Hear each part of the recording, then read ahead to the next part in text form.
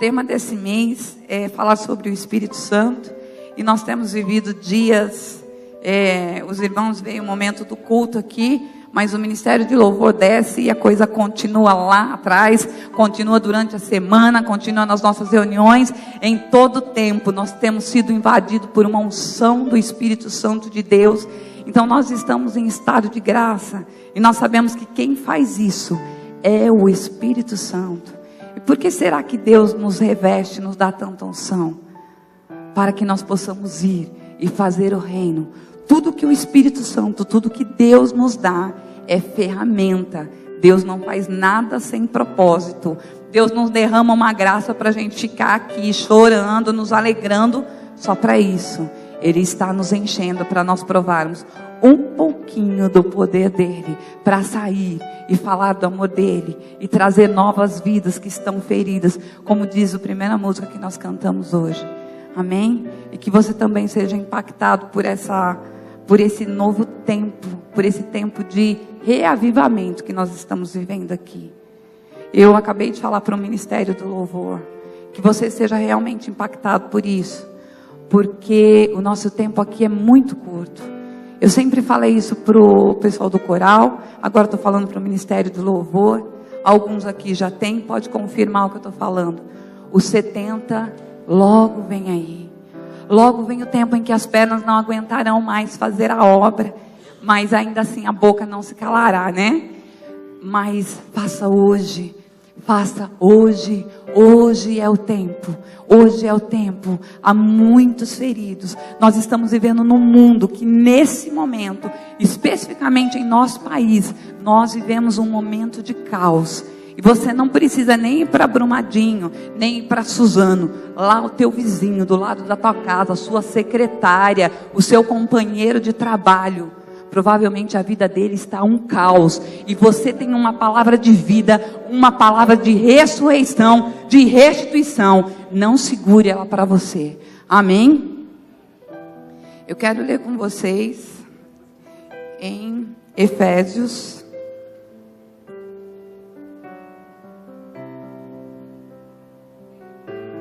5, versículo 18 até o 20, que fala assim: não se embriaguem, pois a bebida levará vocês à desgraça, mas encham-se do Espírito de Deus, e animem-se uns aos outros, com salmos, com hinos e canções espirituais. Cantem de todo o coração hinos e salmos ao Senhor, em nome do nosso Senhor Jesus Cristo, e agradeçam sempre todas as coisas a Deus Pai. É uma passagem muito conhecida, né? Muito conhecida. E aqui quando nós vemos Paulo falando, não se embriagueis de vinho, ele não está falando mal da bebida do vinho, ele está falando da embriaguez, porque a embriaguez ela causa alucinação, ela traz um estado que não te deixa no seu normal. Então tudo que te tira do estado normal é uma forma de embriaguez. Ele diz, não se embriague com o vinho, mas enchei-vos do Espírito Santo. A gente vê uma conotação com o pecado, porque uma pessoa que antes de pecar ela está sendo tentada, ela está começando a se embriagar com as coisas do mundo. E ela começa a não acreditar mais na realidade, mas ela acredita que aquilo que ela está fazendo não vai lhe fazer mal, não vai mudar nada na vida dela. Porque o pecado, irmãos, o pecado não muda nada em Deus. Se eu peco, muda alguma coisa em Deus? Se eu peco, muda alguma coisa em Deus? Deus continua sendo Deus, e Ele continua te amando. O pecado é uma lei protetiva, porque o pecado traz consequências que nos machuca, nos fere, e nós somos atraídos para uma emboscada, para uma armadilha, e nós ficamos embriagados pela sujeira desse mundo.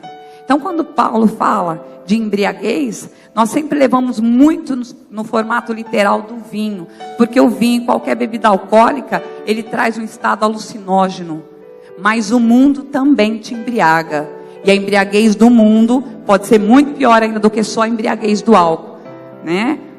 Apesar que os bêbados fazem muita coisa ruim, mas a alucinação de um homem casado por uma mulher, um adultério, ele causa muitas feridas nele próprio, no casamento, na vida dos filhos. Uma outra prisão são as drogas, tudo aquilo que é vício. Ele acaba com a vida de uma pessoa. Deus continua sendo Deus, Ele é misericordioso e Ele resgata. Mas o pecado, ele acaba com a vida de uma pessoa. Amém? Então, não é só o vinho que embriaga. Satanás está aqui pronto do lado de fora para embriagar e te atrair para situações que vão te tirar da realidade e vai te matar. Porque a palavra de Deus fala que o salário do pecado é a morte. Foi só um parênteses, porque eu sempre quis falar isso. E nós enfatizamos muito do vinho. E todo tipo de embriaguez. Todo tipo de embriaguez causa desgraça, como diz nessa tradução da NVI. Eu queria muito, quero falar com vocês sobre a vida de um homem, de uma forma rápida, sobre Pedro. Eu me encanto com a vida de Pedro, porque Pedro, antes do Pentecoste, ele era um, e todos nós somos uma pessoa diferente, antes da visita do Espírito Santo na nossa vida. Pedro, ele era um homem de temperamento sanguíneo. Para quem não sabe, sanguíneo é explosivo, é bruto, fala tudo que pensa. Como vocês veem toda a narrativa da vida de Pedro, antes do dia do Pentecoste, Pedro andava com Jesus. Estar na igreja não significa ter uma vida cheia do Espírito Santo. Pedro viu milagres que nós nunca vimos. Ele viu Jesus andar por cima das águas. Ele viu Jesus acalmar o mar. Ele viu Jesus ressuscitando mortos.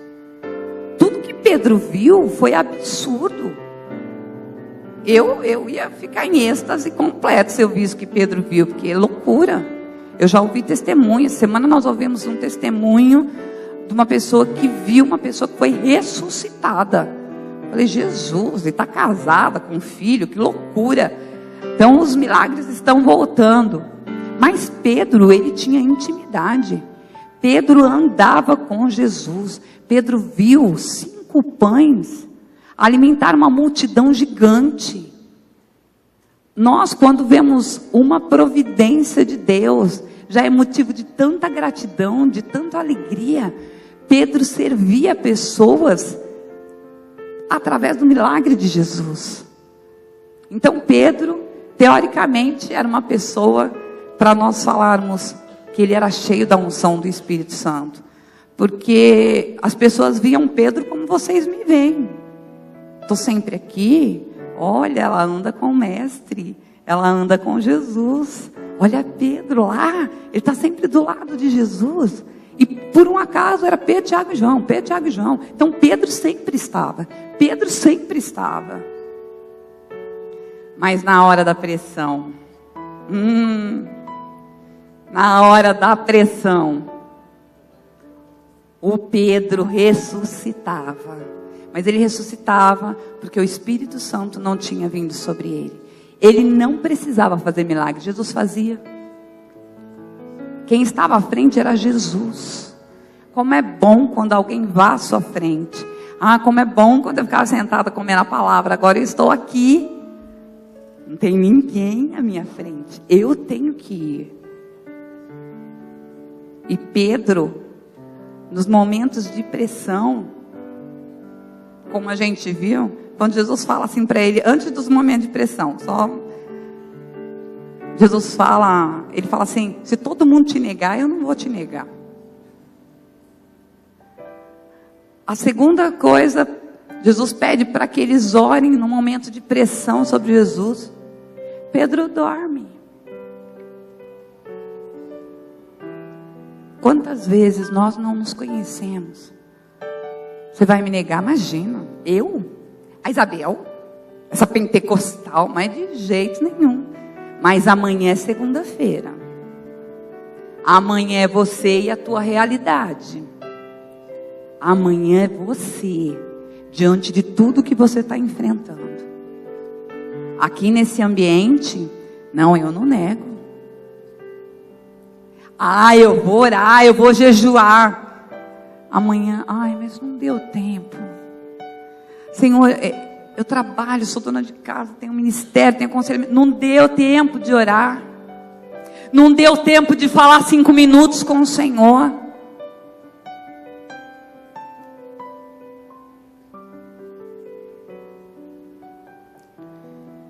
Pedro não tinha domínio nenhum sobre ele. E Pedro não se conhecia.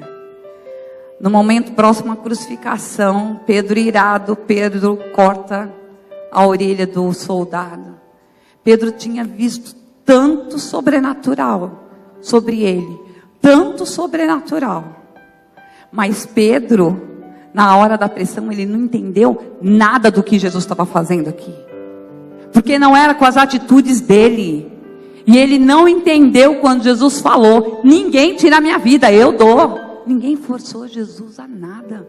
Ele nos amou. Ele não precisava de nenhuma defesa, porque Ele é Deus.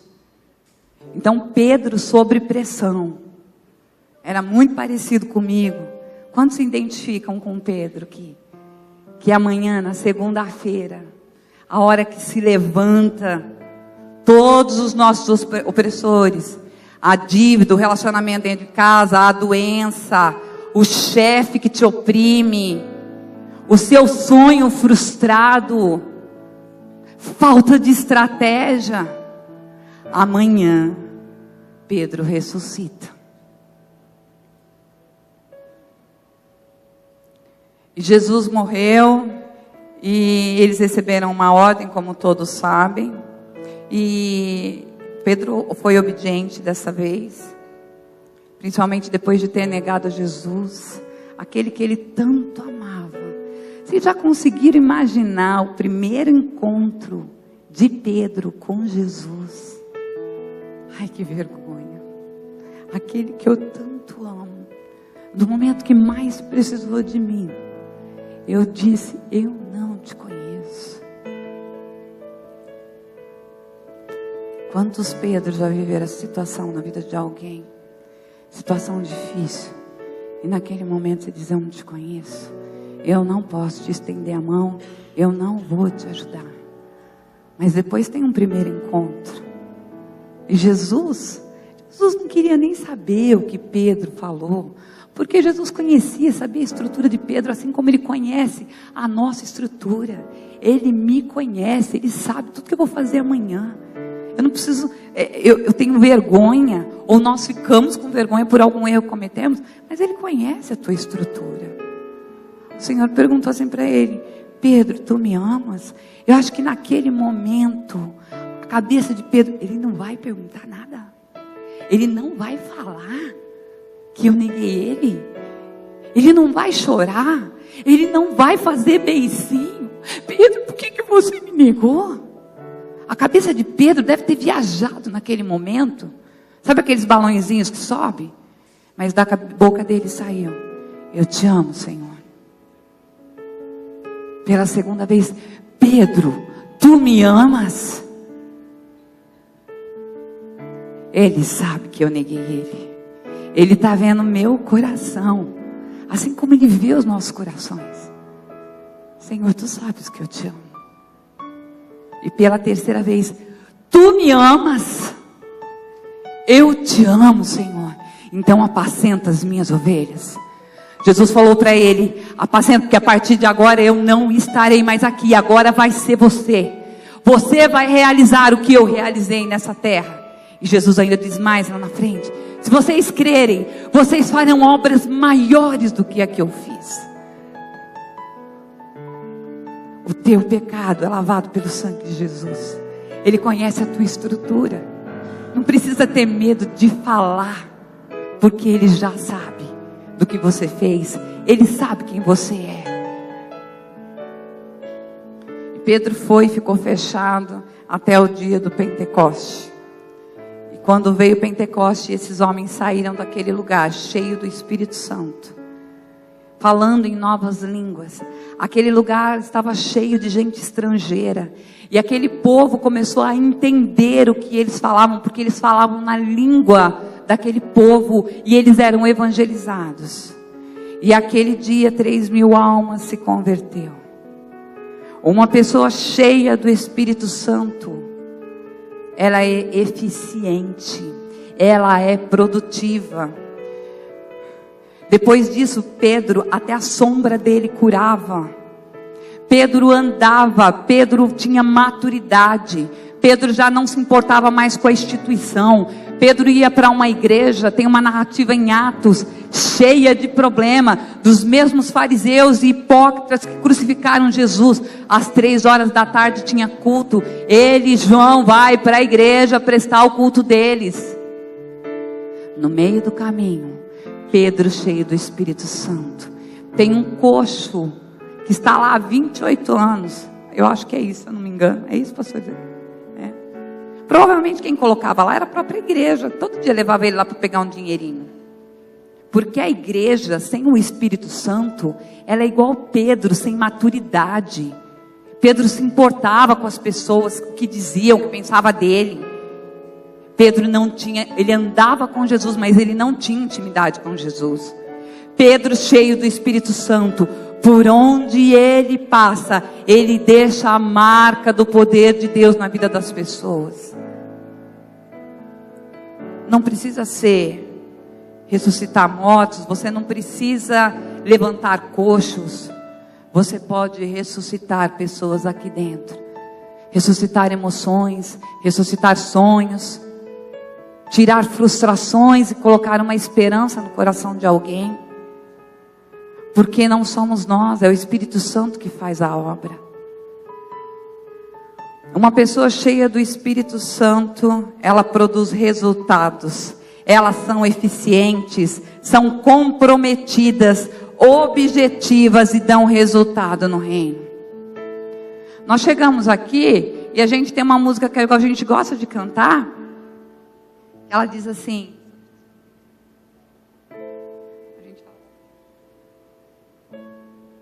Santo Espírito, és bem-vindo aqui. Vem inundar, encher este lugar. É o desejo do meu coração, sermos inundados por tua glória, Senhor. Como é maravilhoso fazer essa oração. Santo Espírito, és bem-vindo aqui. És bem-vindo nesse lugar. Mas Deus não habita em templos construídos por mãos de homens. Então você está dizendo que Ele é bem-vindo no teu coração. A segunda-feira vai vir aí. Amanhã é segunda-feira. E hoje você orou. És bem-vindo. Inunda. Você já viu uma inundação? Uma inundação, ela arrasta tudo. Ela tira tudo do lugar. Você está pronto para ser cheio do Espírito Santo de Deus? Amanhã é segunda-feira. Amanhã não tem igreja. Amanhã não vai ter o ministério de louvor. Amanhã não tem pregação. Amanhã, quando você acordar, você vai cantar: Santo Espírito, és bem-vindo aqui. Vem inundar, encher este lugar. É o desejo do meu coração, sermos inundados por tua glória, Senhor.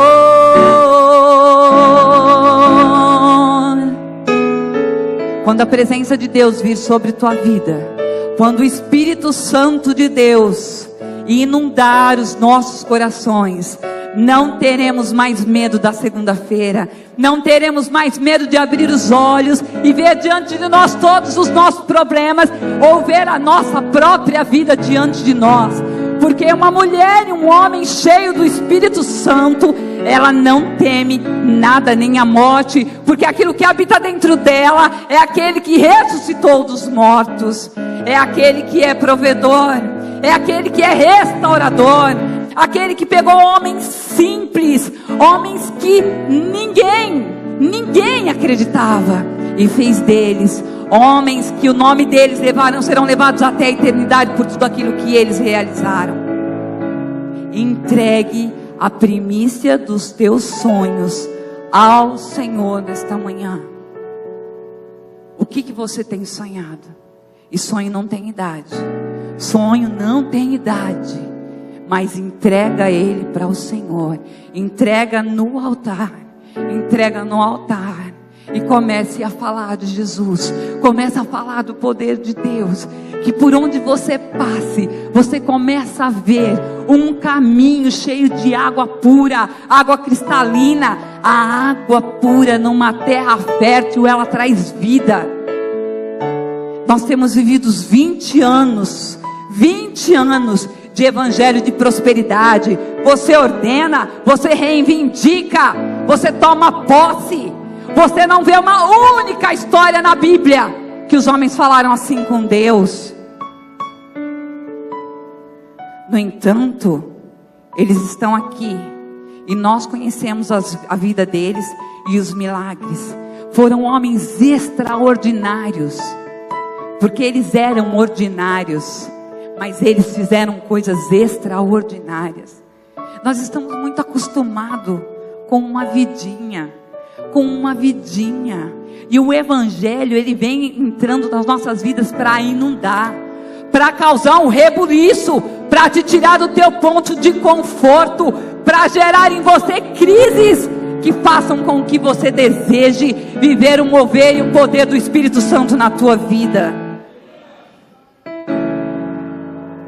Nós estamos falando aqui, alguns não participam, mas os momentos de oração, Deus tem falado de uma onda gigantesca de unção, de poder de Deus. E onde nós ouvíamos isso, há uma onda de unção, há uma onda do poder de Deus que está vindo, há uma onda que vai chacoalhar as estruturas dos locais aonde nós estamos acostumados a habitar. Vai vir uma onda de Deus que vai nos tirar do sofá, do seu conforto, vai gerar crises para gerar o reino de Deus na terra através da tua vida. Amém? E não se espante, porque crise, ai como crise dói. Crise dói, incomoda. Porque a crise ela é gerada aqui dentro. Eu me converti por causa de uma palavra. Eu nasci no evangelho. Me converti aos 18 anos. Mas precisou ser gerada uma crise.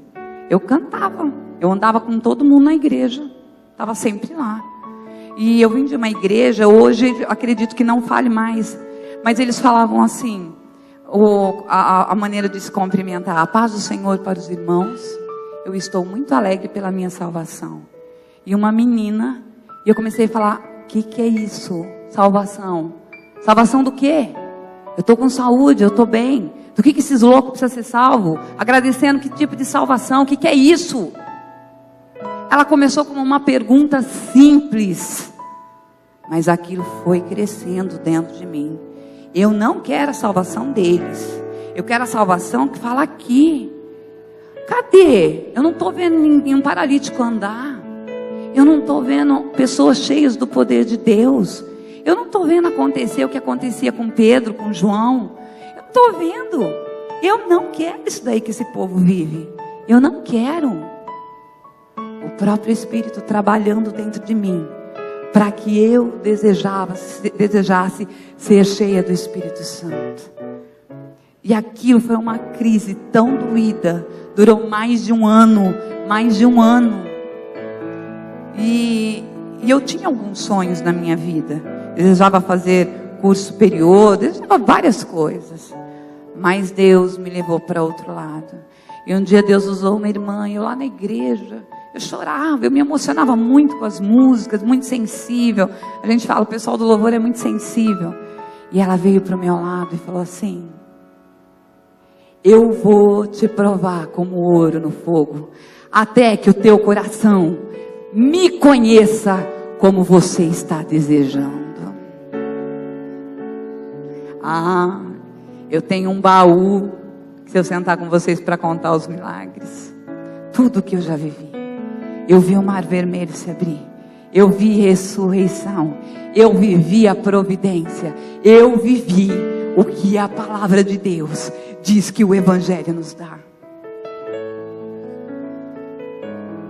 Então, se você tem estado quietinho no seu lugar, e você tem cantado, vem inundar a minha vida, o Senhor vai inundar. O Espírito Santo, ele é tão sublime, ele é tão maravilhoso, que ele controla, ele nos dá sabedoria, ele traz à memória aquilo que nos dá esperança. Ele é o Espírito Consolador, ele é aquele que nos dirige, ele é aquela voz que fala: não faz isso, faz assim. A palavra de Deus fala: aquele que quer sabedoria, peça a Deus.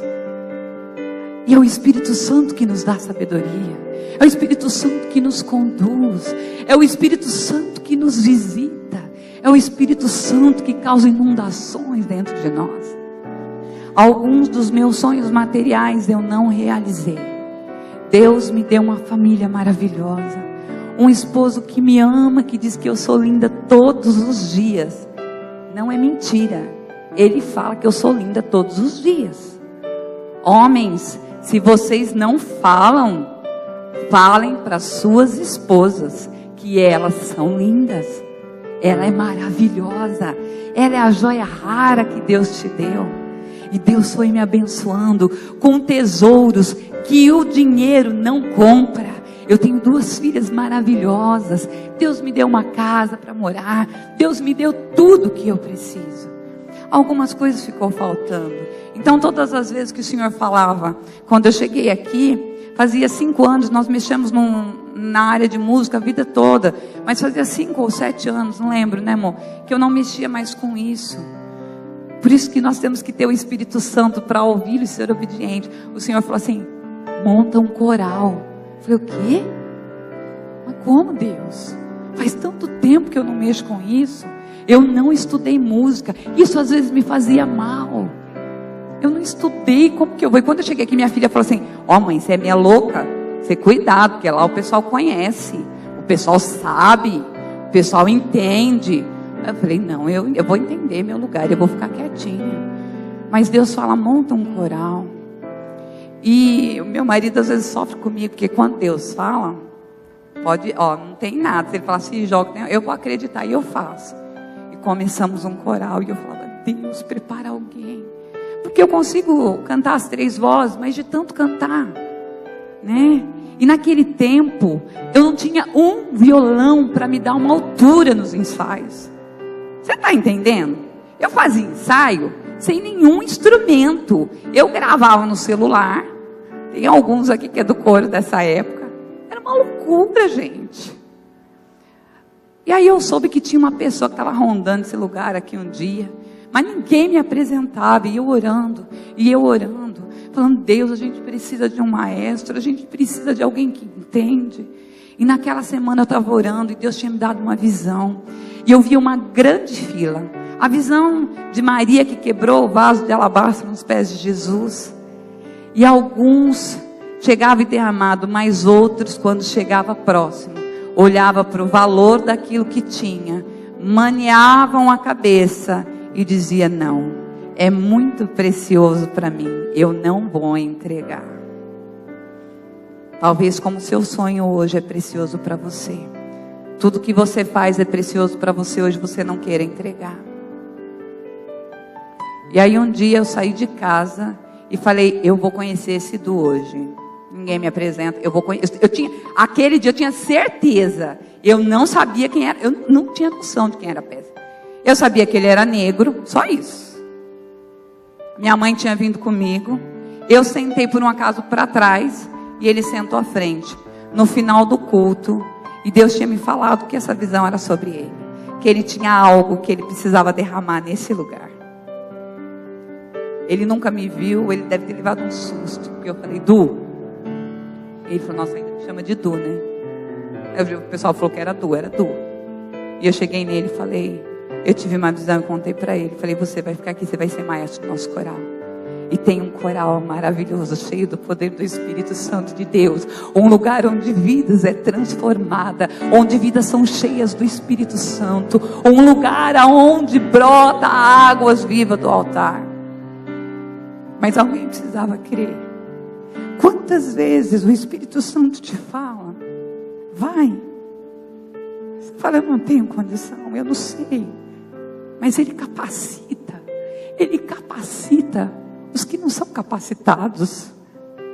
O Espírito Santo nos faz viver coisas que jamais poderíamos fazer por nós mesmos. O Espírito Santo nos ensina a falar. O Velho Testamento não tinha acontecido ainda o derramar do Espírito Santo.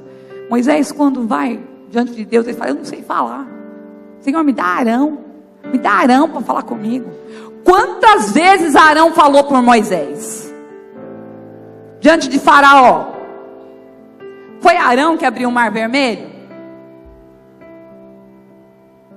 Moisés não se sentia capacitado.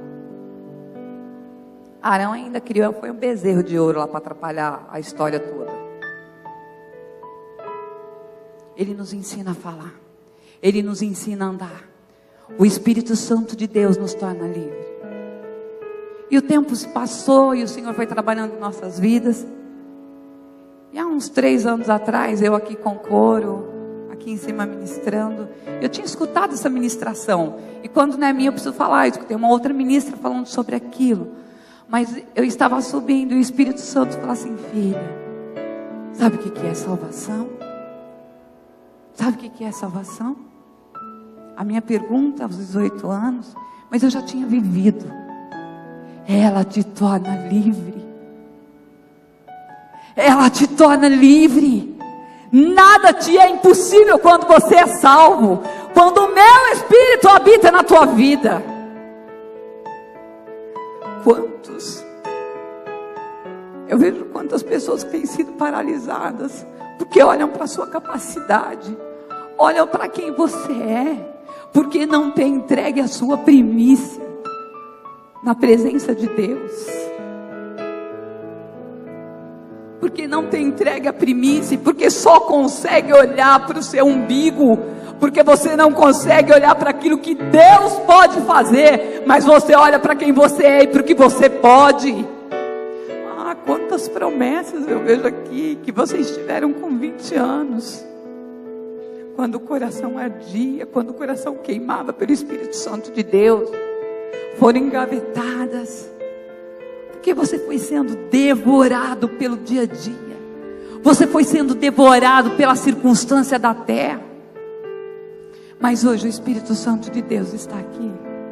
Hoje o Espírito Santo de Deus, a palavra de Deus fala, hoje é o dia aceitável, hoje é o dia.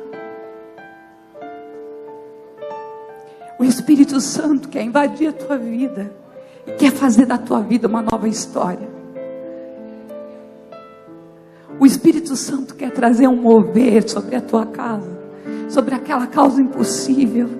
O Espírito Santo quer te levantar como mulher e homem, cheio do poder de Deus. A palavra de Deus fala que não tem idade. Os velhos terão sonhos, os moços terão visão. Se você crê, venha fazer uma oração aqui no altar. Nós temos dito que aqui é um lugar, é um palco feito de pedras. Poucas vezes eu vim aqui, porque as circunstâncias me obrigou a ter um altar na minha vida. Mas ele começou aqui, quando o Espírito Santo falava no meu coração, na casa dele. Se você foi tocado por essa palavra, se você deseja uma vida de novidade de vida, se você deseja deixar de olhar para você e olhar para Jesus, e olhar para o nosso alvo, para o autor e consumador da nossa fé. Vem aqui, venha renovar a tua aliança aqui hoje com Deus. Venha renovar, venha aceitar Jesus novamente se for necessário. Se for necessário, vem aqui hoje, levanta tua mão e fala: Jesus, eu te aceito. Entra na minha vida e muda a circunstância que eu tenho vivido. Se for necessário, hoje é o dia aceitável. Venha trazer, venha se entregar a esse mover de Deus.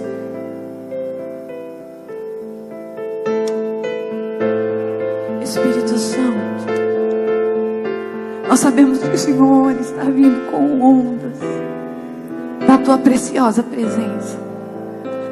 Senhor, e nessa manhã eu quero te pedir que os que ouviram essa palavra, que seja gerado crise, que tire os teus filhos do conforto, que comecem a desejar a tua presença, que sejam abastados do teu mover, que sejam cheios do teu poder. Senhor, renova a aliança nessa manhã. Renova a aliança nesta manhã com os teus filhos. Que eles saiam daqui cheios do teu poder. Que a partir de hoje o coração, a casa, a vida deles sejam cheios do teu poder. Senhor, move as coisas, Senhor, do lugar. Tire as coisas do lugar. Traga um novo tempo cheio da tua presença. Um tempo cheio do teu poder. Um tempo em que nós nos movemos pelo poder do teu Espírito.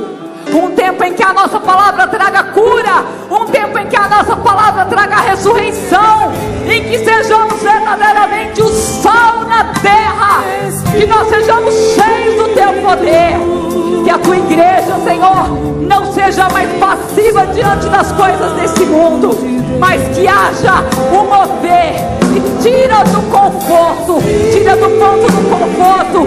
Mova jovens, mova criança, mova os idosos, mova, Senhor, mova cada canto desse lugar, mova cada canto desse lugar. Ensina-nos, controle a nossa vida. Levanta a igreja, canta essa música. Controlar todo meu ser, vem dirigir o meu viver. Você está disposto a deixar o Espírito Santo dirigir tua vida? O teu pensar, o que nós falamos, o meu sentir, meu agir.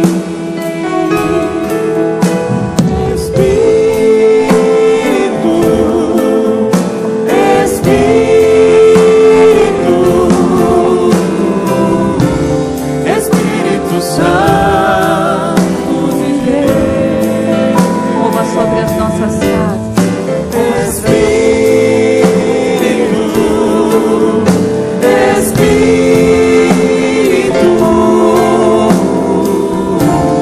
Espírito Santo de Deus.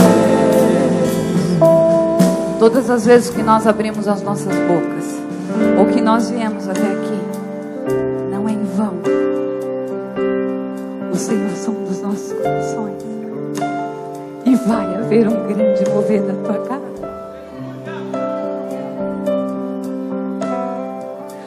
Vai haver um grande mover.